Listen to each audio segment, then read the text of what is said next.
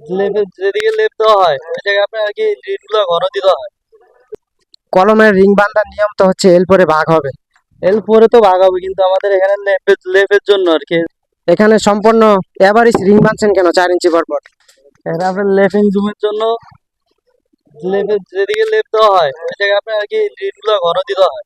যে জায়গায় লেপিংটা পড়ে কলমের, কলমের লেপিং পড়লে অবশ্যই লেপিং জায়গায় ঘন রিং দিতে হবে 4 ইঞ্চি 5 ইঞ্চি পর পর।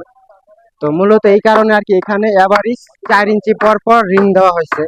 এখানে এর পরে ভাগ করা হয় নাই আপনার, কারণ লেপিং জোনে দেখা গেছে 4 ইঞ্চি পর পর দিতে গেলে টোটালটা আর কি এভারেজ হয়ে যায়, বেশি একটা গ্যাপ থাকে না।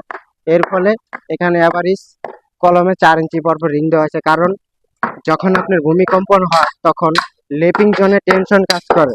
ওইখানে যদি ঘন রিং না থাকে এর ফলে আপনাদের কলম ফাটন ধরতে পারে যে কোনো সময় ভূমিকম্প সময়।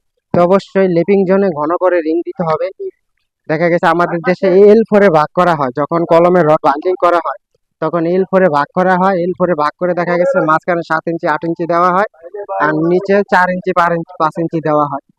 তো অবশ্যই বিভিন্ন ইঞ্জিনিয়ারের মাধ্যমে তত্ত্বাবধান করে একটা নির্মাণ কাজ করতে হবে আপনাদের। সম্মানীয় দর্শকতা, আসসালামু আলাইকুম ওয়া রাহমাতুল্লাহ। তো সম্মানীয় দর্শকতা, যখন একটি ভবনের পিলারের রড বাইন্ডিং করা হয়, তো রডের যে লেপিং গুলো যে দেওয়া হয়, আসলে রডের লেপিং গুলো কোন কোন জায়গায় লেপিং দিতে হয় এটা আমাদের সকলেরই জানা আছে। এখানে সম্পূর্ণ এভারেজ রিং বাঁধছেন কেন 4 ইঞ্চি পর পর?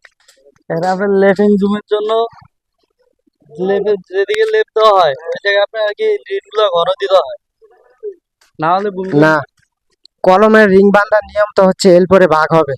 এল পরে তো ভাগ হবে, কিন্তু আমাদের এখানে লেপের জন্য আর কি, এই জন্য লেপ এক জায়গায় লেপের যে জায়গায় ওই জায়গায় আর কি